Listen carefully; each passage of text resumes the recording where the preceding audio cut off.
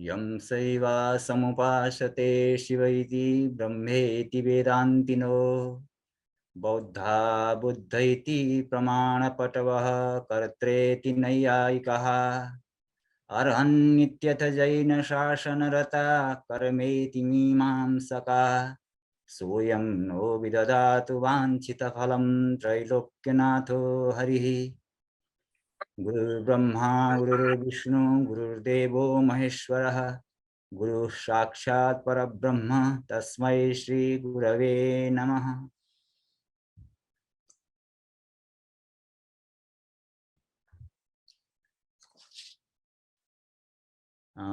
अंतर्राष्ट्रीय सनातन धर्म महासंघ द्वारा आयोजित यस सत्संगमा आजका सभाध्यक्ष महोदय आदरणीय गुरुवर प्राध्यापक डाक्टर निर्मलमणि उपाध्यायजी अधिकारीज्यू, भारतबाट उपस्थित आदित्यनाथ शुक्लाज्यू, प्राध्यापक गोविन्द शरणज्यू लगायत विभिन्न देशबाट उपस्थित हुनुहुने विद्वत समूह र सम्पूर्ण मित्रवर्ग, आज यो शरीरले एउटा सुनौलो अवसर पाएको छ। यहाँहरू जस्ता विद्वानहरूका माझमा केही सत्संग आफ्ना विचारहरू अथवा हाम्रा सनातन धर्ममा रहेका केही लुकेका अथवा छुटेका कुराहरू पनि केही चर्चा गरौँ भन्ने ध्येयले यो विषय निर्धारण भएको छ। र यस विषयमा म विज्ञ अवश्य होइन, यहाँहरूले अघि धेरै ठुलो चढाइ बढाइ गर्नुभयो। म सामान्य व्यक्ति हुँ र अमेरिकाको जस्तो एउटा प्रपञ्चमा फँसेको, यहाँको अर्थव्यवस्था र यहाँको जुन एउटा कार्यशैलीको प्रपञ्चमा फँसे तापनि आफ्नो धर्म संस्कृति भाषाप्रतिको एउटा मायाले गर्दाखेरि केही चिन्तनहरू केही अध्ययनहरू गर्ने अवसर यदा कदा मिल्दछ र त्यस अनुसार जति यहाँ प्रस्तुत गर्न सक्छु त्यो प्रस्तुत गर्ने हो। र यहाँहरूका सुझावहरू पनि आउने नै छन्, यहाँहरूका विचारहरू पनि आउने नै छन् र एउटा निर्णयमा हामी पुग्न सक्छौँ भन्ने लागेको छ। र जरो किलो महायान अभियानद्वारा अभिप्राणित यी जम्मै आनुषाङ्गिक जति पनि हाम्रा संस्थाहरू छन्, यी संस्थाहरूको मात्र नभएर मानव समाजको अथवा मानवको एउटा मूल धर्म नै भनेकै के रहेछ त आफ्नो मूललाई खोज्नु, आफ्नो मूल प्रति अभिप्रेरित हुनु, त्यतातिर अघि बढ्नु। त्यसो हुँदाखेरि हाम्रा जति पनि मौलिक संस्कार संस्कृति धर्मका जुन आयामहरू छन् ती आयामहरूलाई चिन्तन गर्न आवश्यक छ र तिनै चिन्तन गर्ने क्रममा हामी अगाडि बढेका छौँ। यो चौथो सत्संग अघि हामीले सुन्यौं, चौथो सत्संग हो र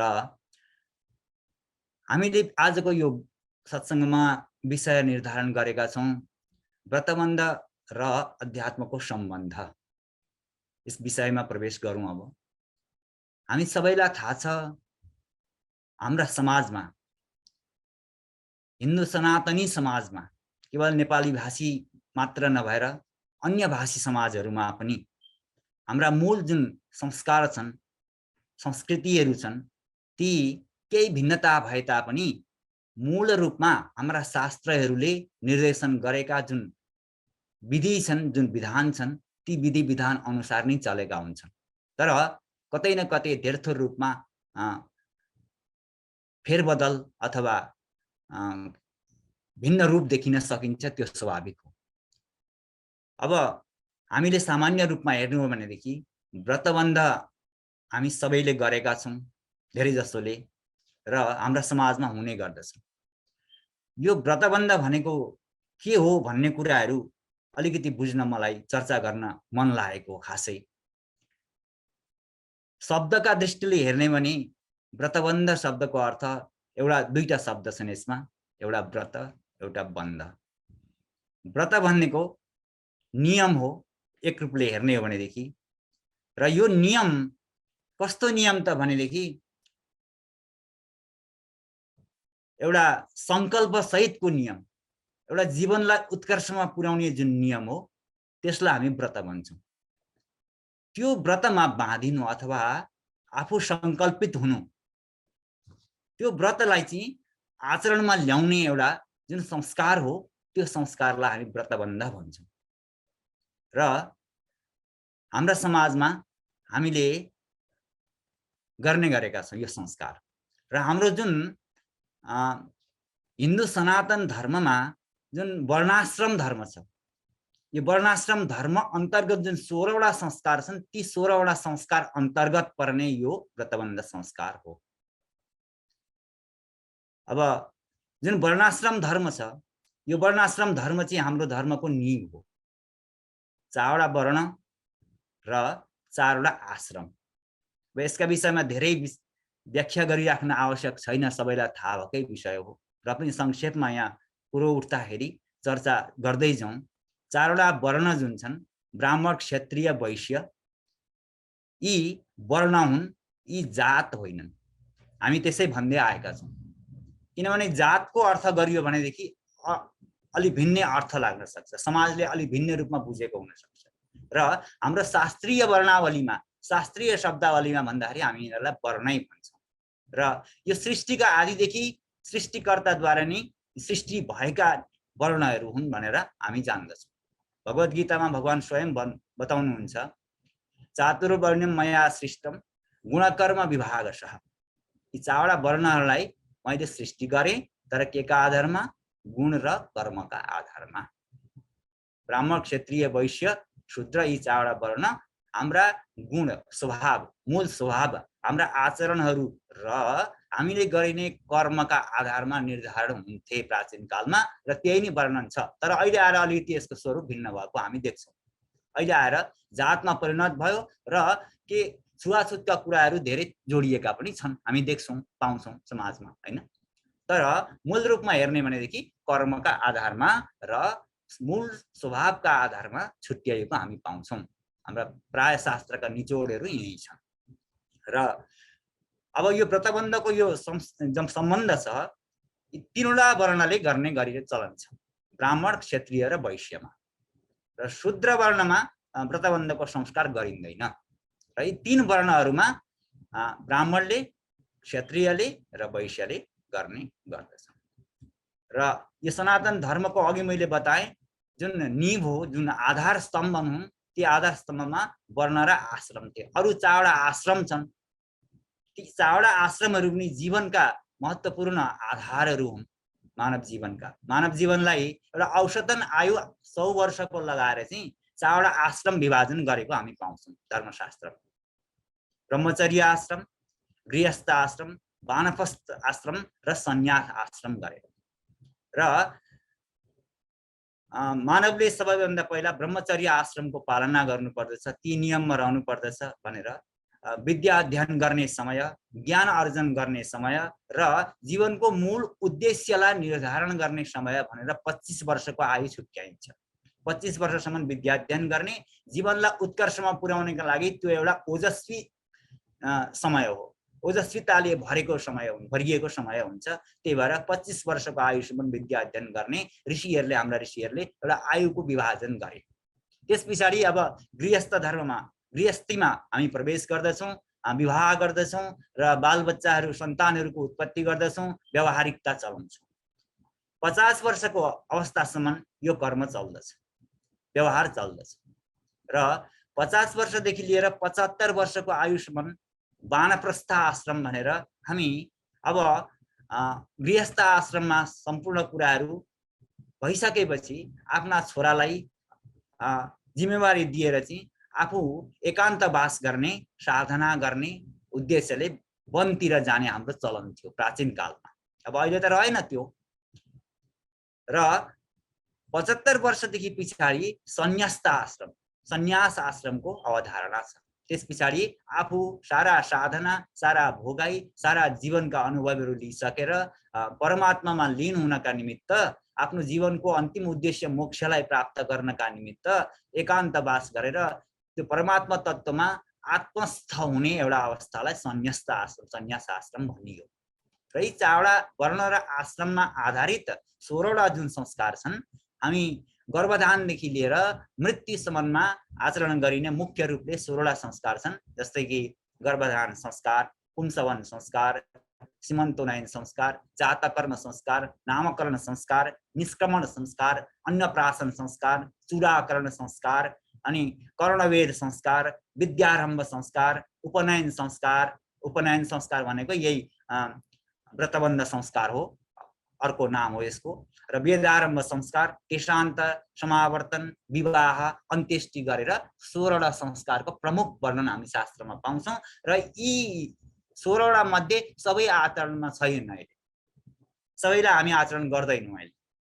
केही 4-5वटा 6वटा जति हामी व्यवहारमा ल्याउने गर्दछौँ, तर मुख्य रूपले 16वटा छन्। र यस संस्कारका विषयमा अब धेरै लामा व्याख्या हुन जान्छन्, त्यसमा हाम्रो समय कम भएकाले त्यतापट्टि नजाउँ। र यी 16वटा संस्कार मध्येको जुन व्रतबन्ध संस्कार हो, यो व्रतबन्ध संस्कार आजको चर्चाको विषय भएकाले यो संस्कार हामीले चर्चा गर्नु छ। र यो व्रतबन्धका बारेमा मैले अघि बताएँ, व्रत र बन्ध दुईटा शब्दले मिलेको हुनाले यो प्रतिज्ञा, एउटा जीवनलाई उत्कर्षमा पुर्याउने एउटा प्रतिज्ञा लिने अवस्था हो। र अब यो व्रतबन्ध कति बेला गरिन्छ त भन्ने कुरो पनि अहिले त नियम रहेन। समाजमा कतै कतै आचरण गरिन्छ, सही समयमा गरिन्छ, तर धेरैतिर समय बितिसकेपछि विवाहका बेलामा पनि व्रतबन्ध गराएर अनि विवाह गराउने पनि देखिया छ भारततिर कतै कतै। तर शास्त्रले त्यो आज्ञा दिँदैन। शास्त्र अनुसार चाहिँ के भनिएको छ त भन्दाखेरि गर्भाष्टमेष्टमेवापि व्रतबन्धे कृतद्विजः। ब्राह्मणलाई चाहिँ के बताइएको छ भनेदेखि व्रतबन्ध गर्भदेखि गनेर 8 वर्ष होस् अथवा जन्मदेखि 8 वर्ष होस्, 8 वर्ष पुगेपछि गर्नुपर्छ भनियो। त्यस्तै एउटा आश्वलायन गृह सूत्रमा प्रायः सूत्र ग्रन्थ छन् हाम्रा, सूत्र ग्रन्थहरूमा यी जीवनका धर्म संस्कार संस्कृतिका नियमका कुराहरू हामी बेसी पाउँछौँ।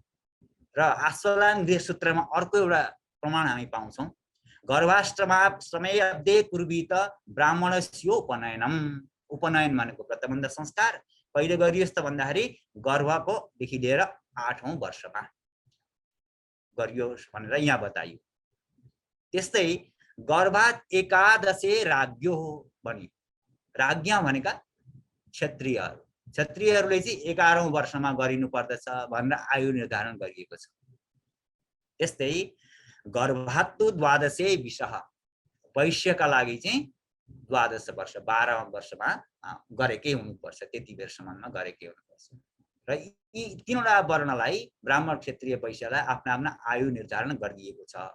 र यो प्रमाण चाहिँ आश्वलायन गृह सूत्रको 236 मा प्राप्त हुन्छ। र हाम्रो जुन वासिष्ठ विवाह पद्धति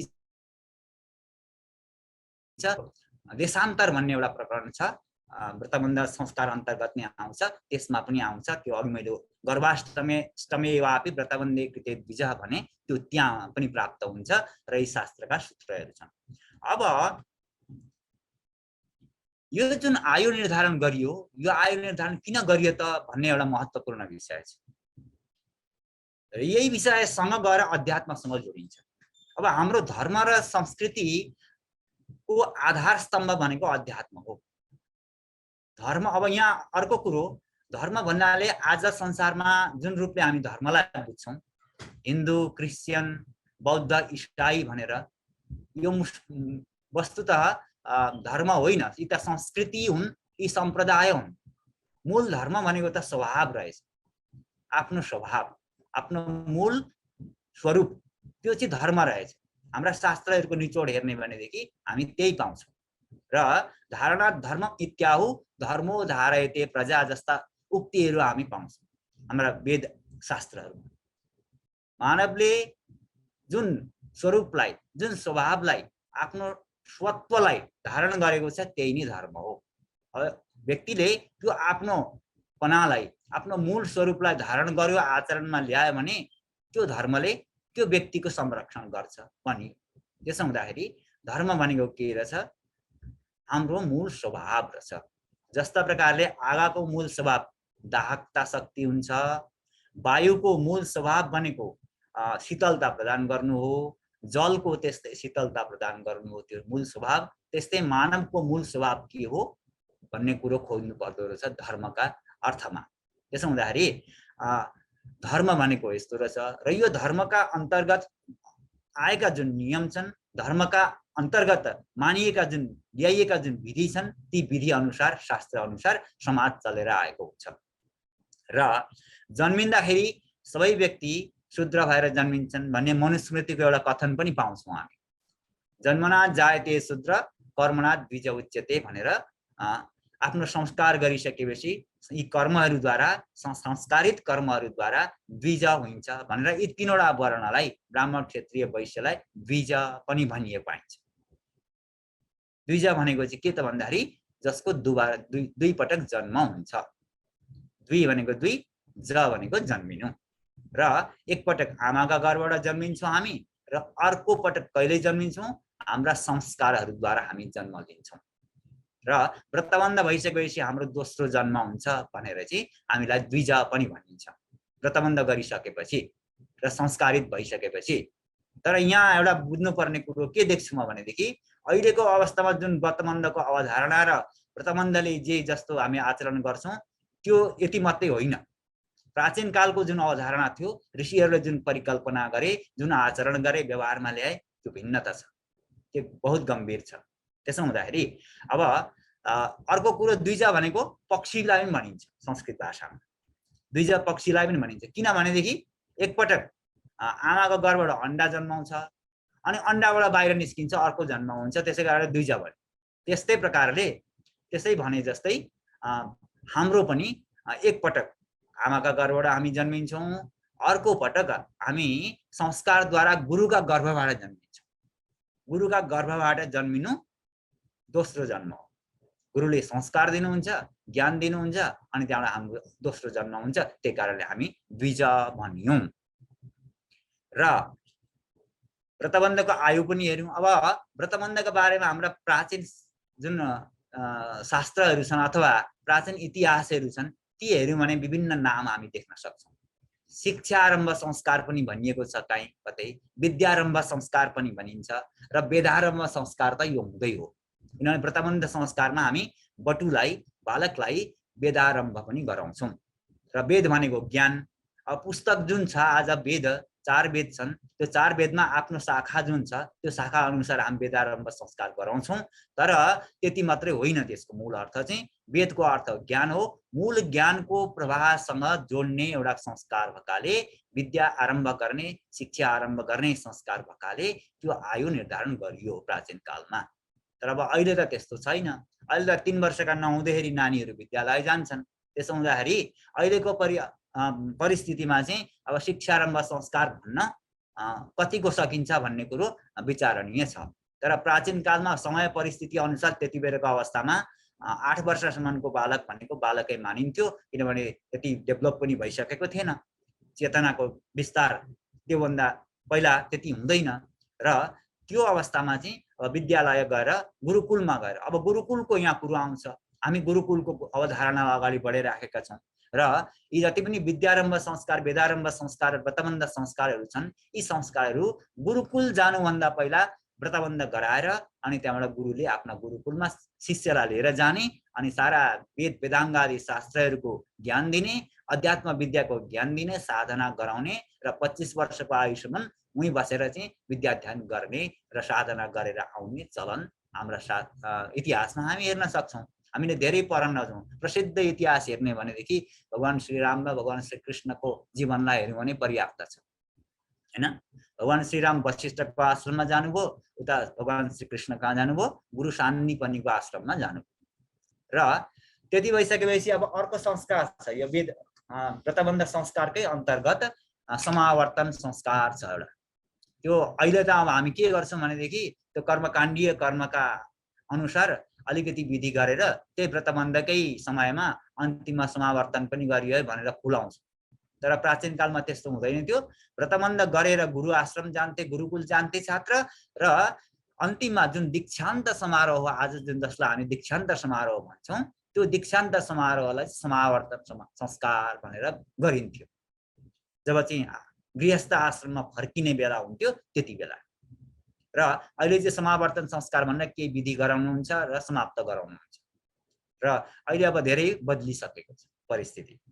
र यसरी शिक्षा आरम्भ गर्ने समय, ज्ञानको आरम्भ गर्ने समय 8 देखि 12 वर्षको आयुसम्म निर्धारण गरिएको हामी पाउँछौं। र यो समय अब 8 वर्षदेखि 12 वर्ष नै किन लगाइयो, किन निर्धारण गरियो त भन्ने महत्त्वपूर्णको विषय छ। अब आधुनिक विज्ञानले शरीर विज्ञानका आधारमा हामी के भन्छ त भन्दाखेरि 13 वर्षदेखि टिनेज सुरु हुन्छ भनिन्छ। टिनेज भनेको अब युवा अवस्था सुरु भयो भनेको लगभग। किनभनेदेखि सामान्यतः मनोविज्ञानले पनि यी कुराहरूलाई सिद्ध गर्दछ र हामी आफैले पनि अनुभव गरेका कुराहरू हुन्। 13 वर्षदेखि मनोविकार सुरु हुन्छ व्यक्तिमा। काम वासनाहरू, विभिन्न मोह माया प्रपञ्चका कुराहरूले गाँच्न थाल्छ र त्योभन्दा पहिलाको अवस्था भनेपछि कस्तो हुन्छ? निर्मल अवस्था हुन्छ। त्यो निर्मल अवस्था छँदाछँदै जीवनको उद्देश्यलाई बुझाउने र जीवनको उद्देश्यलाई प्राप्त गराउन प्रवृत्त गराउने यी संस्कार भएका पाइन्छन्। त्यही कारणले 8 वर्षदेखि 12 वर्षभित्रमा अवश्यै पनि व्रतबन्ध संस्कार गरेर गुरुकुलमा पठाएर विद्या अध्ययन आरम्भ गराएकै हुनुपर्छ भन्ने निर्धारण ऋषिहरूले गरेर आचरणमा ल्याए। र अब अर्को कुरो यहाँ महत्त्वपूर्ण कुरो के छ भने अध्यात्मको अब प्रवेश हुँदैछ। अध्यात्म शब्द भनेको हामी सबैले सुनेको, जानेको, बुझेकै कुरो हो। यसमा धेरै व्याख्या नगरौँ किनभने यो त जति चर्चा गरौँ त्यति हुने विषय हो। सामान्य चर्चा गरौँ। अध्यात्म भनेको आफैले आफ्नो खोज गर्ने विद्या, आफैले आफैलाई बुझ्ने विद्यालाई हामी अध्यात्म भन्छौँ। अधि उपसर्ग प्लस आत्मन शब्द छ। आत्मन शब्दको अर्थ आफू भयो, अधि भनेको छेउमा जानु, नजिक जानु, आफूले आफूलाई चिन्ने मार्गमा जानु, त्यसैलाई हामी अध्यात्म भन्छौँ। र सारा हाम्रो धर्मशास्त्र अध्यात्ममा आधारित छ। व्यवहारिक पक्ष चाहिँ अध्यात्म हो, हाम्रो धर्मलाई प्राप्त गर्ने। धर्म अघि हामीले भनिहाल्यौँ, धर्म भनेको हाम्रो मूल स्वभाव रहेछ, मूल स्वरूप रहेछ। त्यो मूल स्वरूपलाई प्राप्त गर्ने जुन विधा हो त्यो विधा चाहिँ अध्यात्म रहेछ। र अध्यात्म मार्गद्वारा हामीले हाम्रो धर्मलाई प्राप्त गर्न सक्ने रहेछौँ। हाम्रो धर्म के रहेछ त भन्दाखेरि मूल स्वभाव भनेको हामी अब भगवत गीताका आधारमा भन्ने नि हामी आत्मा हौँ, हामी शरीर होइनौँ, हामी मन होइनौँ, हामी बुद्धि होइनौँ, हामी अहङ्कार होइनौँ। तर यी सारा समग्र मिलेर यो समग्र शरीर बनेको छ। माया मोह प्रपञ्चले यो अभिप्रेरित भएको यो शरीर छ हैन। त्यसो हुँदाखेरि यो शरीरदेखि भिन्न जुन चेतन तत्व छ त्यो चेतन तत्व नै म हुँ र त्यसको अनुभव गराउने विद्या जो हो त्यो विद्यालाई अध्यात्म विद्या भनियो। र त्यो अध्यात्म विद्याको थालनी गर्ने समय पनि त्यही निर्धारण गरियो व्रतबन्ध संस्कारदेखि। र व्यवहारमा अहिले हेर्ने भने हाम्रो समाजमा के छ त भन्दाखेरि व्रतबन्ध संस्कार नगरी के गर्न मिल्दैन। मातापिताको मृत्यु देहान्त भयो भने क्रियाकर्म गर्न मिलेन हैन, कुनै अरू कुरा कर्महरू गर्न पनि मिलेन, कुनै मन्त्रहरू जप तप गर्न पनि मिलेन। त्यो विधि विधान, किनभने मन्त्र जपका जुन विधान छन् ती अनुसार सबैभन्दा पहिला हामीलाई दीक्षा दिइन्छ ब्रह्म गायत्रीको, अनि त्यसको उपासना गर्ने प्रेरणा दिइन्छ र हामी त्यसरी गर्छौँ। र व्रतबन्ध संस्कारले चाहिँ हामीलाई के गर्यो, हाम्रो समाजका विभिन्न विधि विधानहरू छन्, धार्मिक जुन कृत्यहरू छन् ती कर्महरूमा प्रवृत्त गराउँछ, अधिकार प्रदान गर्दछ। र अरू कुरो त के, शिक्षा नै अब प्राचीन कालमा त शिक्षा क ख पढ्ने नै त्यहाँदेखि सुरु गरिएको हामी पाउँछौँ। तर अहिले त्यस्तो रहेन। अब त 3 वर्षदेखि नि क ख सुरु गर्दछन्। तर अब यहाँ अध्यात्मको जुन जोडाव छ त्यो चाहिँ 8 वर्षदेखि नै देखिन्छ। र अब अर्को कुरो यहाँ बुझ्नुपर्ने, हामीलाई व्रतबन्ध संस्कारमा गुरुले ब्रह्म गायत्री दीक्षा दिनुहुन्छ र हामी जप्छौँ। हामी जप्छौँ मन्त्र जपको विधान छ र त्यो गर्छौँ। तर मलाई चित्त नबुझेको अहिलेसम्म 2-4 वर्षदेखि मेरो हृदयमा खड्केको विषय के छ भनेदेखि गायत्री मन्त्रमा एउटा शब्द आउँछ धीमहि भनेर। धीमहिको अर्थ हो म ध्यान गर्छु भने है। त्यो पूर्ण परमात्मा निराकार तत्त्व परब्रह्मको म ध्यान गर्छु भन्ने नि अर्थ हो गायत्रीको अर्थ। तर हामी ध्यान कतिको गर्छौँ, त्यो मन्त्रले बताएको अर्थको भावना गरेर हामी त्यो परम तत्त्वको ध्यान कतिको गर्छौँ भन्ने कुरो हामी आफैले आफैलाई मूल्याङ्कन गरे हुन्छ। मन्त्र जप गर्छौँ, माला पनि घुमाउँछौँ, तर हाम्रो मन मस्तिष्क कता पुगेको हुन्छ हामीलाई थाहा हुँदैन। किनभने यो मन भनेको त्यस्तै प्रकृतिको छ, चञ्चल छ, दौडिरहन्छ। त्यसै कारणले गर्दाखेरि हाम्रा शास्त्रहरूमा बारम्बार ऋषिहरूले के भने, मनैव मनुष्याणम कारणम बन्ध मोक्षयोः हो भने। यो मन नै के रहेछ? बन्धन र मुक्तिको कारण, सुख दुःखको कारण यो मन नै रहेछ। अब मनलाई जबसम्म नियन्त्रणमा ल्याइँदैन, मनलाई जबसम्म सत्मार्गमा लगाइँदैन, सत्कर्मसँग जोडिँदैन, तबसम्म मनले सही रूपमा परिणाम दिन सक्दैन। नभए भड्किरहन्छ, ऊ भागिरहन्छ, एकछिन यहाँ छ, एकछिन कहाँ पुग्छ ढुङ्गै हुँदैन, मनै लाग्दैन। हामी मन्त्र जप्न बस्छौँ, माला हातमा हुन्छ, माला घुमिरहेको हुन्छ, मन्त्र मुखमा पनि उच्चारण गरिराखेका हुन्छौँ, तर मन अर्कोतिर भाग्या हुन्छ। र मन्त्रले त के भन्छ हामीलाई? त्यही गायत्री मन्त्रले ध्यान गर्छु भन्छौँ हामी। मन्त्रको अर्थ त्यहाँ त्यो छ, तर ध्यान चाहिँ हामी गर्दैनौँ। त्यसो हुँदाखेरि ध्यान सिक्नु बहुत जरुरी रहेछ। सबैभन्दा पहिला साधना आरम्भ गर्नुभन्दा पहिला ध्यानको कला सिक्न बहुत जरुरी रहेछ।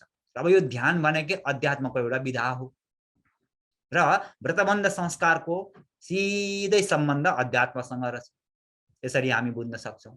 र ध्यान भन्ने कुरो त अब आध्यात्मिक उपलब्धिका लागि मात्र नभएर हाम्रा प्रत्येक पदमा, प्रत्येक जीवनका व्यवहारमा पनि ध्यान छैन भनेदेखि के हुन्छ? दुर्घटना घट्छ, गरेको काम राम्रो हुँदैन।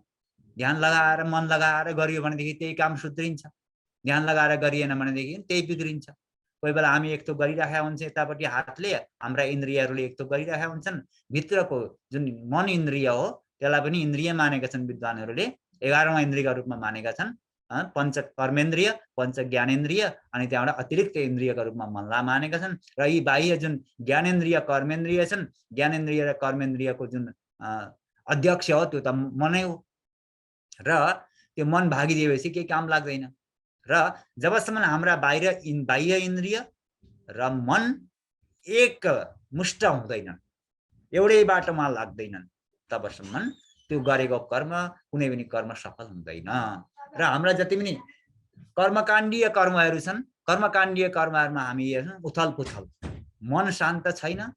हामीले आयोजन गरेका हुन्छौँ, गुरु पुरोहितजी आउनुहुन्छ, आफ्नो विधान विधि गर्नुहुन्छ, यजमान पनि गर्छन्, तर के गर्छौँ? मन कसैको शान्त छैन, मन लागेको हुँदैन, मन्त्र जप्दा पनि हाम्रो मन लागेको हुँदैन। त्यसो भइसकेपछि यो कर्मको सफलता भनेको मन नलागेसम्म हुँदैन, त्यो लोकाचार मात्रै हुन जान्छ, समयको बर्बादी मात्र हुन जान्छ। त्यही कारणले मनलाई कसरी कर्ममा प्रवृत्त गराउने, कर्मसँग कसरी जोड्ने भन्ने विधान नै हाम्रा योग शास्त्रहरूले, अध्यात्म शास्त्रहरूले विधान बनाए। अब योग शास्त्रको निर्माण भयो, योग दर्शन छ हाम्रा षड दर्शनहरूमा, हैन? सारा अष्टाङ्ग योगको चर्चा छ। महर्षि पतञ्जलिले चाहिँ अष्टाङ्ग योगको वर्णन गर्नुभएको छ र ध्यानको कुरो छ। र ध्यान गरेर मनलाई सही रूपमा निर्मल नबनाएसम्म, चित्तलाई निर्मल नबनाएसम्म, मनलाई कर्ममा नजोडेसम्म कुनै पनि कर्मको साफल्य छैन भन्ने कुरो हामी जान्दा जान्दै पनि हामी गरिराखेका हुँदैनौँ। त्यही कारणले यो अध्यात्मसँग यति घनिष्ठ सम्बन्ध छ यसको व्रतबन्ध संस्कारको भन्ने कुरो हामी यहाँबाट जान्न सक्छौँ। त्यही कारणले अब टिनेज सुरु भइसकेपछि काम वासना आदि विकारहरू मानवमा उत्पन्न हुने भए त्योभन्दा पहिले 8 वर्षदेखि लिएर 12 वर्षभित्रमै व्रतबन्ध संस्कार गरेर गुरुकुल पठाएर त्यो काम वासना जागृत हुनुभन्दा पहिल्यै आफ्ना बन्धनमा, नियममा, आचरणमा बस्ने अभ्यास गरिसकेर साधना गर्न थालौँ भन्ने ध्येयले 8 वर्षदेखि निर्धारण गरियो। र अहिलेको अवस्थामा कतै कतै विवाहका बेलामा व्रतबन्ध संस्कार गरेर त्यो काम चलाउ गरिन्छ, त्यसको कुनै अर्थ छैन, कुनै अर्थै रहेन। अब केवल गर्नका लागि, केवल आचरणका, संसारमा चाहिँ व्यवहार चलाउनका लागि भए हाम्रा धर्म संस्कार संस्कृतिका यी सबै कर्महरू। र त्यसो अब हामीले फर्किनुपर्छ, हामीले खोज्नुपर्छ, हामीले बुझाउनुपर्छ र यसका मूललाई खोजेर चाहिँ वैज्ञानिकता के छन् भने त्यसका वैज्ञानिक तत्त्वहरूलाई खोज्नुपर्छ। र अब अर्को कुरो, यहाँ एउटा कुरो मैले चर्चा नगरी नहुने कुरो के छ भनेदेखि हामीले अघि भन्यौँ व्रतबन्धको अर्को शब्द छ उपनयन संस्कार। अर्को शब्दमा हामी भन्छौँ उपनयन संस्कार। अर्को छ एउटा यज्ञोपवीत संस्कार। अब यज्ञोपवीत धारण गरिन्छ भनेर, धारण गराइन्छ भनेर यज्ञोपवीत संस्कार भनियो। व्रतमा आचरणमा, नियममा, प्रतिज्ञामा संलग्न हुन्छौँ त्यहाँदेखि भनेर व्रतबन्ध संस्कार भनियो। अब यो उपनयन संस्कार भनिन्छ। उपनयन शब्दको अर्थ के? उप भनेको छेउ नजिक, नयन भनेको लानु। निप्रापणे धातुबाट बन्छ नयन शब्द। नयनको अर्थ लानु, लैजानु, छेउमा लैजानु। अब यहाँ दुईटा अर्थ हुन सक्छ। एक त गुरुकुलमा, गुरुका आश्रममा, गुरुका छेउमा बटुक्ला लानु, छात्रलाई लानु, यो अर्थ भयो। अर्को अर्थमा म आफूले आफ्नो छेउमा पुग्ने, म बाहिर भड्किएको छु, माया मोह प्रपञ्चमा फैलिएको छु हैन। बाहिर चाहिँ मेरा इन्द्रियहरू, सारा वासनाहरू, सारा विचारहरू, सारा चिन्तनहरू बाहिर फैलिएका छन् र बाहिरबाट समेटेर भित्र आत्मस्थ हुनु, यी दुईटा अर्थ हामी यहाँबाट लगाउन सक्छौँ। र यो उपनयन संस्कारको अर्को अर्थ के छ त भन्दाखेरि यो चाहिँ अहिले आधुनिक विज्ञानले पनि प्रमाणित गरेको कुरो हो र हामीले यसलाई पनि यसरी बुझ्न सक्छौँ। उपनयनको अर्थ आँखा हुन्छ संस्कृतमा, नयनको अर्थ आँखा हुन्छ, उपको अर्थ छेउमा भएको आँखा। दुईटा आँखा त हाम्रा यहीँ छन् बाहिर। अब यी आँखादेखि अतिरिक्त यसका छेउमा भएको अर्को आँखा भनेको कुन? तेस्रो नेत्र। तेस्रो नेत्र भन्छौँ नि हामी, भगवान शिवको तेस्रो नेत्र देख्छौँ हामी फोटामा पनि, सुन्छौँ। यो तेस्रो नेत्रलाई पनि उपनयन भनियो। यो तेस्रो नेत्रको साथ सम्बन्ध अध्यात्मसँग छ।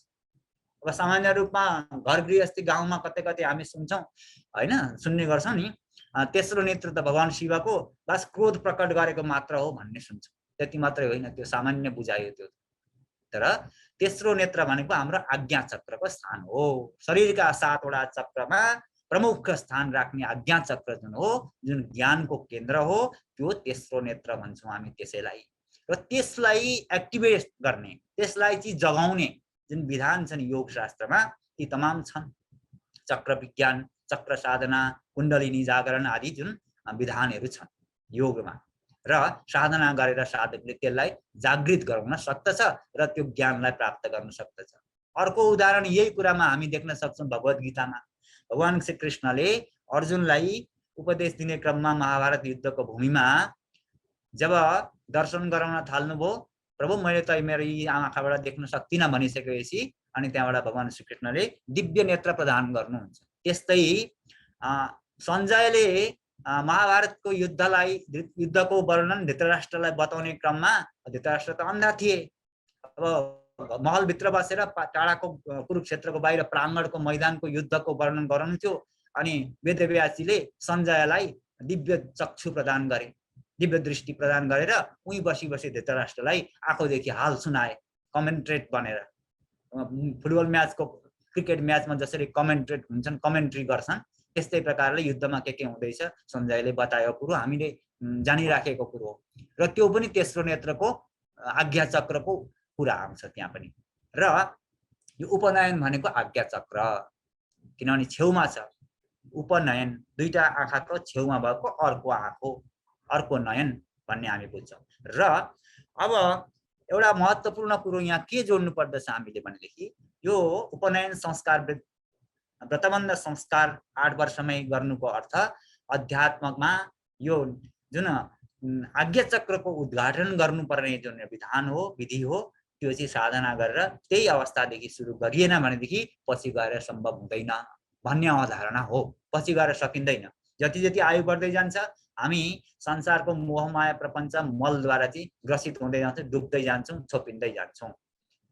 मोह माया यी प्रपञ्च हैन, द्वेष, छल्म, ईर्ष्या, क्रोध, घमण्ड आदि जुन अभिमानहरू छन् यिनीहरू बढ्दै जान्छन्। सांसारिकतामा हामी डुब्दै जान्छौँ। त्यसो हुनाले हामी त्यो आध्यात्मिक उन्नति गर्न सक्दैनौँ भनेर समय छँदै सुरु गराए। र अब अर्को कुरो, विज्ञानले के प्रमाणित गरेको छ भन्ने कुरो अब त्यो लिखित रूपमा त मैले भेटेको छुइनँ, तर अरू विद्वानहरूले एउटा सुनिन्छ। विज्ञानले चाहिँ, आधुनिक विज्ञानले के भन्छ भनेदेखि, बालक जब जन्मिन्छ, बालक जन्मिँदाखेरि उसको राइट ब्रेन एक्टिभेट भएको हुन्छ भन्दछ। दुईटा मस्तिष्क हुन्छन् भन्छ विज्ञानले, दाहिनेपट्टि र देब्रेपट्टि। हामी देब्रे दिमागलाई मात्रै प्रयोग गर्छन्, दाहिने दिमाग हाम्रो प्रयोग भएको हुँदैन, देब्रे दिमागको पनि अलिकति प्रतिशत मात्रै प्रयोग भएको हुन्छ भनिन्छ। आइन्स्टाइनको केवल 2% मात्रै दिमाग प्रयोग भएको थियो अरे, त्यो पनि देब्रेको भनेर भनिने गरिन्छ। र त्यसको अर्थ हो विज्ञानले जुन भनो त्यो भनाइ चाहिँ अब बालक जन्मिँदाखेरि राइटपट्टिको दाहिनेपट्टिको दिमाग चाहिँ एक्टिभेट भएको हुन्छ, खुलेको हुन्छ भन्छ। अनि अर्को तर्क उसले के दिन्छ त भन्दाखेरि नानीहरूको जुन व्यवहार हो, स्वभाव हो, स्वरूप हो, सधैँ हाँसिरहने, मस्त रहने, त्यो चाहिँ त्यसले आनन्दमा रहने, त्यो चाहिँ राइट ब्रेन खुलेका कारणले त्यस्तो भएको। त्यो बिस्तारै बिस्तारै बिस्तारै आयुका साथसाथै बन्द हुँदै जान्छ। 12 वर्षसम्म पुरै ढाकिसक्छ, त्यहाँबाट उसले केही पनि थाहा पाउन सक्दैन भनेर भन्छ। अब यो कुरो हाम्रो अध्यात्ममा पहिल्यैदेखि छ। हाम्रो अध्यात्ममा कुन रूपमा छ त भन्दाखेरि यही तेस्रो नेत्रको अवधारणा जुन छ, यही नै यो विज्ञानले अहिले आएर राइट ब्रेन भन्दियो, त्यही कुरो, त्यही अवधारणा। र हाम्रा शास्त्रहरूमा हेर्ने भनेदेखि एउटा उपनिषद छ, गर्भ उपनिषद।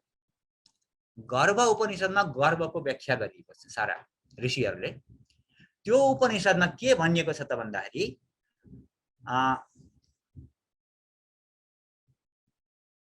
7औं महिनामा भ्रूण पूर्ण भइसक्छ। गर्भधारणदेखि लिएर 7औं महिनामा भ्रूण पूर्ण भइसक्छ, पूर्ण चेतन भइसक्छ, चेतना उसमा आविर्भाव भइसक्छ। र 7 महिनादेखि लिएर नजन्मिन्जेलसम्म प्राय 9 महिनामा जन्मिन्छ। त्यो 3 महिनाको लगभगको अवस्थामा चाहिँ उसले के गर्छ अरे, साधना गर्छ, ध्यान गर्छ, भक्ति गर्छ र परमात्माको साक्षात्कार गर्छ त्यो अवस्थामा भनेर बताइएको छ। यो कुरो गरुड पुराणमा नै आउँछ, प्रेतकल्पमा। त्यहाँनेरि गरुड पुराणमा मैले कोटेसन पनि लिएको छु। के छ त भन्दाखेरि त्वन्माया मोहितो देहे तथा पुत्र कलत्रके अहम ममाभिमानेन गतोहम नाथ संस्मृतिम भनेर चाहिँ त्यो भ्रूणले परमात्माको दर्शन गरिसकेपछि तपाईको माया, किनभने यो संसार जुन छ माया छ, ब्रह्मका दुईटा शक्ति हुन्छन् हैन, माया शक्ति पनि ब्रह्मकै हो र ईश्वरकै हो। त्यसो हुँदाखेरि यो माया शक्ति जुन छ, त्यो माया शक्तिकै कारणले मैले अनेक जन्ममा अनेक योनिमा भड्केँ र धेरै दुःख पाएँ। अब हजुरलाई दर्शन पाएर म यो संकल्प गर्छु कि अब मलाई चाहिँ हजुरले दिव्य चोला, दिव्य मानव जीवन प्रदान गर्नुभएको छ र अगाडि अब जन्म भइसकेपछि म हजुरको भक्ति गर्छु, ज्ञान प्राप्त गर्छु र फेरि हजुरलाई निरन्तर रूपमा, आत्यन्तिक रूपमा, पूर्ण रूपमा प्राप्त गरेर मोक्षलाई प्राप्त गर्छु भनेर संकल्प लिन्छ भन्ने प्रसङ्ग आउँछ। यो हामीले हेर्न सकिन्छ। विद्वानहरू हुनुहुन्छ, लगभग थाहा भएकै कुरो हो। र यदि कसैलाई थाहा छैन यो कुरो भने, जसलाई थाहा छैन उहाँहरूका लागि भन्दैछु म। र गर्भोपनिषद हेरौँ र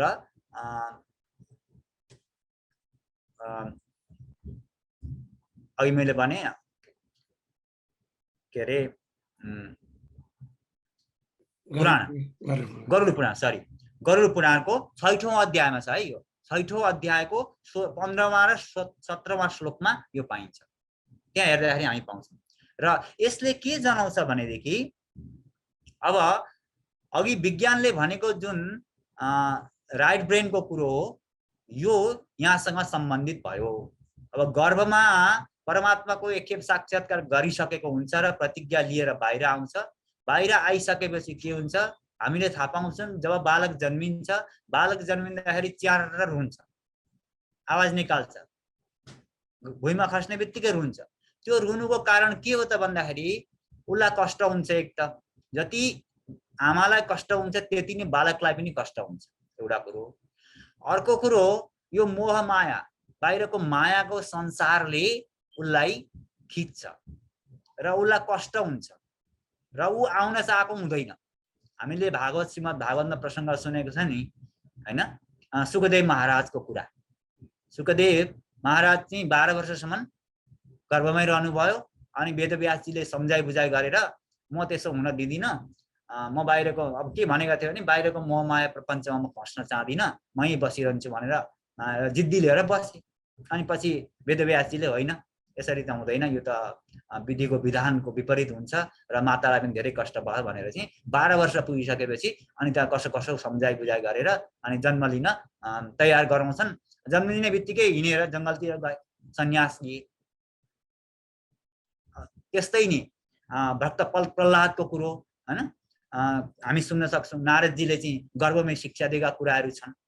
ती कुराहरूले के थाहा पाउँछ त हामी भन्दाखेरि गर्भ अवस्थामा जे पनि गर्न सम्भव छ र गर्भ अवस्थामै शिक्षा छ। बालकले आमाबाट पाउँछ, खाएको कुराहरू पाउँछ, रस ग्रहण गर्छ। किनभने उसको त पेट खुलेको हुँदैन, मुख खुलेको हुँदैन, उसले कहाँबाट चाहिँ शक्ति प्राप्त गर्दछ भन्दाखेरि आमाले खाएको, आमाले व्यवहार गरेका कुराहरू सबै कुरा थाहा पाउँछ, सबै कुरा रस लिन्छ। त्यो रसले भोजन प्राप्त गर्छ र उसको अभिवृद्धि हुन्छ त्यो भ्रूणको, र ऊ पूर्ण बालकका रूपमा तयार हुन्छ र जन्म प्राप्त गर्दछ। त्यस्तै नै संस्कारहरू पनि त्यसरी नै प्राप्त गर्दा रहेछन् हैन। र त्यसै कारणले गर्भ अवस्थामा जुन संस्कार हामी दिन्छौँ, जुन वातावरण बनाउँछौँ, त्यो महत्त्वपूर्ण कुरो रहेछ। र भाषाको कुरो पनि म भाषाका बारेमा अध्ययन गर्दैछु। भर्खरै एउटा कृति यहाँ तयार भएको छ। अब यो 24-25 तारिक यहाँ हाम्रो सम्मेलन छ, त्यसमा विमोचन हुनेवाला छ, त्यो भाषा शिक्षण भनेर। यो भाषाको बारेमा पनि त्यस्तै नै कुरो रहेछ।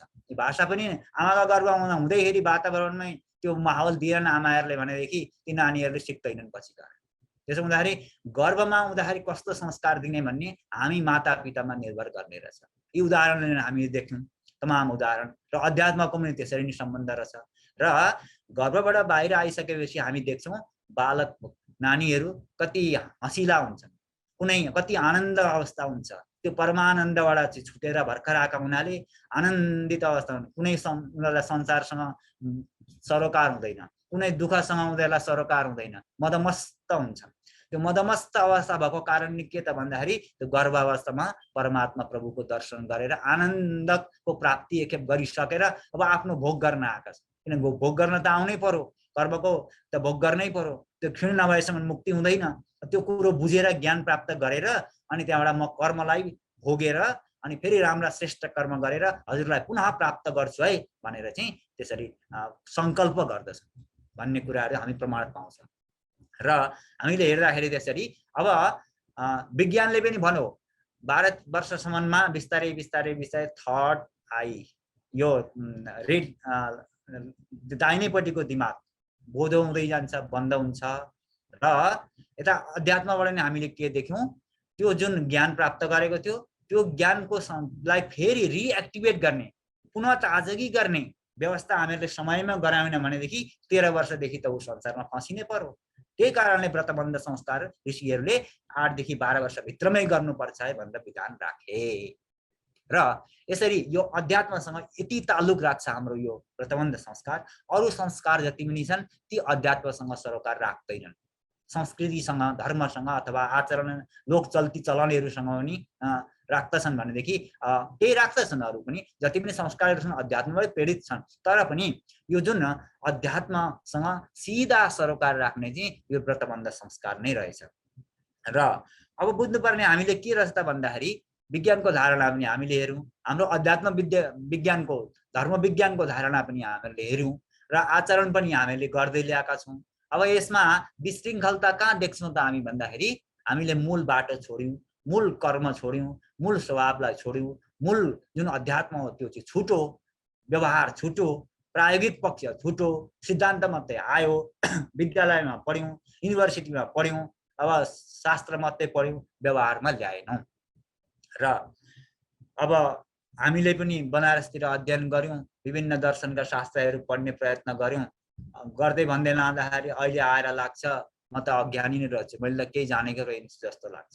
हो पनि रहेछ, शास्त्र पढेर मात्रै केही नहुँदो रहेछ। त्यो शास्त्रमा भनेको, त्यो मन्त्रमा भनेको, ती सद्वाणीहरूमा भनेका जुन वचन छन्, ती वचनहरू उपनिषद वाक्यहरू छन्, ती वाक्यमा भनेको अर्थलाई अनुभव गरेर जबसम्म जीवनमा अनुभव गरिँदैन तबसम्म ती त सूचना मात्रै रहेछन्। बाहिर बुद्धि विकासका लागि, बुद्धि विलासका लागि, संसार चलाउनका लागि मात्रै रहेछन्। त्यसो हुँदाखेरि हाम्रो अध्यात्मले व्रतबन्ध संस्कारले के प्रेरित गर्दो रहेछ, हाम्रा बालबालिकाहरूलाई समयमै गुरुकुल अथवा त्यस्तो सद्गुरु खोजेर, सद्गुरु पनि चाहिने रहेछ। सद्गुरु भनेको पहुँचेको गुरु, पुगेको गुरु, जसलाई तत्त्व साक्षात्कार भइसकेको छ। त्यस्तो गुरुद्वारा दीक्षा दिलाइयो र अध्यात्मको आरम्भ गराइयो भनेदेखि बालकको कल्याण हुने रहेछ। मैले पोहोरको साल छोराको व्रतबन्ध गरेँ, मलाई यो खड्क्यो, मैले पुरा गर्न सकिनँ। सद्गुरु भेटाइनँ मैले। यहाँ अमेरिकामा कहाँबाट सद्गुरु भेटाउनु? नेपालतिर एक दुईजना थाहा पाइँदैछन्, भर्खर भारततिर हुनुहुन्छ सद्गुरु। अब उहाँहरूलाई यहाँ तुरन्तै ल्याउन सक्ने सम्भावना भएन, लिएर उहाँ जान सक्ने सम्भावना भएन। अनि जुन विधि चलेको छ, जुन परम्परा चलेको छ, त्यही परम्परामै छोराको संस्कार गराइयो। तर उसलाई म योग सिकाउँदैछु, ध्यान सिकाउँदैछु, कमसेकम छिटै सिकोस् भनेर। किनभने मैले सिक्न पाइनँ समयमा, अहिले आएर भर्खर सिक्दैछु। कमसेकम मेरा छोराछोरीले चाहिँ समयमा सिकुन् भन्ने प्रयत्न गर्दैछु र त्यसरी गर्न जरुरी रहेछ भन्ने कुरो भर्खर बोध यी कुराले मलाई गरायो। गायत्री मन्त्र त म पनि पहिल्यैदेखि जप्थेँ, मन्त्र साधना त गर्थेँ, तर ध्यान भन्ने गर्दो रहेनछु। ध्यान नगरेपछि मन त भागेको भागै रहेछ, त्यसको फल त मलाई मिलेकै रहेनछ। र ध्यान सिक्न त्यति जरुरी रहेछ, योग सिक्न त्यति नै जरुरी रहेछ। र ध्यानद्वारा मनलाई एकाग्र गरेर, मनलाई चाहिँ तिरोहित गरेर, हाम्रा इन्द्रियहरूलाई सबै मनमा तिरोहित अनि मनलाई पनि आत्मामा तिरोहित गरेर चाहिँ त्यो परम तत्त्वको साक्षात्कार गर्नुपर्छ भन्ने हाम्रा शास्त्रहरूको जुन एउटा वर्णन छ, उपनिषदहरूको सारा व्याख्या छ, त्यो व्याख्याका आधारमा यो व्रतबन्ध संस्कारलाई यदि चलाएर लगियो भनेदेखि हाम्रो जुन मूल स्वभाव हो, मूल धर्म हो, मूल धर्म संस्कृति हो, त्यसप्रति हामी अग्रसर हुन सक्छौँ अवश्य पनि। नभएदेखि कर्मकाण्ड मात्रैले काम नचल्ने रहेछ। कर्मकाण्ड जुन अहिलेको स्वरूप छ, कर्मकाण्ड पनि के हो त भन्दा अध्यात्मकै आधारभूमि हो कर्मकाण्ड। कर्मकाण्डलाई अलिकति त्यो किनभने नियतले कुन कर्म कुन नियतले गरिन्छ त्यसमा निर्भर गर्दछ। कतिको समर्पण भएर गरिन्छ, कतिको भक्तिभाव र आत्मसमर्पण भएर मनलाई लगाएर गरिन्छ, अनि कुन नियतले गरिन्छ त्यसमा निर्भर गर्ने हुन् हाम्रा सारा कर्महरू। त्यसो हुँदाखेरि अब हाम्रा यी जति पनि कर्मकाण्डीय संस्कारका कुराहरू छन्, यसमा परिष्कार गर्ने, यसमा चाहिँ हामीले अलिकति व्यवस्थित गर्ने, सुधार ल्याउनु पर्ने देखिएको छ। अब विधि तिनै हुन्, मन्त्र तिनै हुन्, हैन, गर्ने तरिका तिनै हुन्, तर अलिकति तरिका बदलिनु पर्ने। मैले कहिलेकाहीँ हामी पनि कर्मकाण्ड यदा कदा सिकिएको छ, ब्राह्मणको छोरो, अनि समाज छँदैछ, समाजले जरुरत परेपछि बोलाउँछ, गएर गरिदिनुपर्छ, भ्याउँदिनँ म त अब काम गर्छु, कहिलेकाहीँ अवर परेको ठाउँमा गएर गर्ने गर्छु। तर आजकल चाहिँ म के भन्न थालेको छु भनेदेखि म तपाईँकोमा आउँछु, तर 1 घन्टा बसेर म ध्यान गराउँछु, पहिले मसँग बसेर ध्यान गर्नुपर्छ, अनि मात्रै अगाडि कर्मकाण्डको विधि गराउँछु भन्न थालेको छु। किनभनेदेखि ध्यान नगरेसम्म, मनलाई नजोडेसम्म न त्यो फल प्राप्त हुन्छ, न उसलाई आत्मसन्तुष्टि प्राप्त हुन्छ। त्यो फेसनका रूपमा मात्रै गरेर त भएन। त्यसो हुँदाखेरि जुन एउटा मूल्य हो, हाम्रो कर्मकाण्डको मूल्य, हाम्रा विधिहरूको जुन मूल्य हो, त्यो मूल्यलाई फैलाउन जरुरी छ र समाजलाई बुझाउन जरुरी छ, समाजलाई प्रशिक्षित गराउन जरुरी छ। अब यो कसले गराउने त भन्दाखेरि तपाईँ हामीले हो। अरू खोज्ने कता जाने? तपाईँ हामी नै हौँ। अब हामी यसरी धार्मिक संस्था खोलेका छौँ, हैन, अन्तर्राष्ट्रिय स्तरमा हामी बढ्दैछौँ, आध्यात्मिक संस्था खोलेका छौँ र संस्थाका माध्यमद्वारा उच्च ज्ञानस्थ, गम्भीर विषयहरूलाई बुझेका, तत्त्व साक्षात्कार गरेका विद्वानहरूलाई आह्वान गरेर हामीले सत्सङ्ग गर्ने र यी कुराहरूलाई कसरी परिमार्जन गर्न सकिन्छ, कसरी व्यवस्थित गर्न सकिन्छ र कसरी त्यो मूल उद्देश्यप्रति फेरि पनि हामी फर्किन सक्छौँ भन्नेप्रति हामीले जागरुक हुन बहुत जरुरी छ। र समय पनि अब लगभग निर्धारण भएको समय हाम्रो भएको होला, 11:32 पनि भएछ। मेरो पनि छिटै निस्किनु पर्ने भएकाले यो लगभग संक्षेपमा मैले जति प्रस्तुत गर्न सकेँ यो व्रतबन्ध र अध्यात्मको सम्बन्धका विषयमा। म एउटा सानो अज्ञानी व्यक्तिले धेरै कुरा म जान्दिनँ पनि, भित्रका कुराहरू मलाई पनि म खोज्दैछु भर्खर। किन व्रतबन्ध संस्कारभित्र पनि विभिन्न कुरा छन् अझै पनि, किनभने त्यो यज्ञोपवीत हुन्छ, यज्ञोपवीतमा जुन धागा हुन्छन् ती धागाको पनि महत्त्व छ। कतिवटा धागा हुन्छन्, कतिवटा धागाको के महत्त्व छ भन्ने पनि छन्, यी पनि खोज्नु पर्यो, हामीले समाजलाई बुझाउनु पर्ने हुन्छ। र म पनि खोज्दैछु ती दिशामा। त्यो शिखा छ, शिखाको के अर्थ भन्ने कुराहरू पनि छन्। अब गायत्री मन्त्रको अर्थ त हामीले चर्चा गऱ्यौँ, तर तिनीहरू ती पक्ष धेरै छन् नि त, ती पक्षहरूलाई पनि कोट्याउनुपर्छ, खोज्नुपर्छ अवश्य पनि। र समाजलाई चाहिँ एउटा अब गुरुकुलको स्थापना, नयाँ गुरुकुलको स्थापनामा हामी परिकल्पना गर्दैछौँ र अबको गुरुकुल स्थापना गरेपछि चाहिँ हामीहरूले यसरी यी कुराहरूलाई सुरुदेखि नै अध्यात्मको र यी संस्कारहरूको जुन हाम्रा संस्कारहरूको तादात्म्य जुन सम्बन्ध छ त्यो सम्बन्धलाई फेदैदेखि बुझाएर अभ्यास गराएर प्रयोग गराएर लानुपर्छ। त्यो सिद्धान्त शास्त्रमा मात्रै रह्यो भने नहुने रहेछ। हाम्रो सबैभन्दा ठुलो कमजोरी हाम्रो पूर्वीय दर्शनमा के रह्यो अहिलेसम्म भने हाम्रै सिद्धान्त पश्चिमेलीहरूले अपनाए, प्रयोग गरिदिए, उनीहरू अगाडि बढे भौतिक विज्ञानमा, विभिन्न आविष्कारहरू गरिदिए, हामी के गर्यौँ, हाम्रो कुरो हामीले बुझेनौँ, हाम्रो कुरो मूल कुरो छोडिदिउँ, प्रयोग गर्न छोडिदिउँ, आचरणमा ल्याउन छोडिदिउँ, अनि हामी के भयो, लैपुङ्गे भयो। त्यस कारणले गर्दाखेरि अब हाम्रो यो जुन संस्था छ, जरो किलो मूल जुन जरो पहिलाउनु छ, जहाँ किलो गाड्नु छ, त्यो चिजलाई चाहिँ अब हामीहरूले अगाडि बढ्नुपर्छ। अवश्य पनि यहाँहरूले मलाई यो प्रस्तुत गर्ने एउटा ठुलो अवसर प्रदान गर्नुभयो र अध्ययन गर्ने एउटा अवसर प्राप्त गरेँ। किनभने यहाँ त समय मिल्दैन, साह्रो छ समय निकाल्नै नि, ठुलो भाग्यले मात्रै मिल्छ समय अमेरिकामा। र आफूलाई भाग्यशाली ठान्दछु यहाँहरूका समक्षमा जे जति कुराहरू टुटेफुटेका कुराहरू राख्न सकेँ। आजलाई यी कुराहरू यहीँ बिट मारौँ होला। सर्वे भवन्तु सुखिनः, सर्वे सन्तु निरामयाः, सर्वे भद्राणि पश्यन्तु, मा कश्चित् दुःखभाग् भवेत्। ओम शान्ति शान्ति शान्ति। हरि ओम।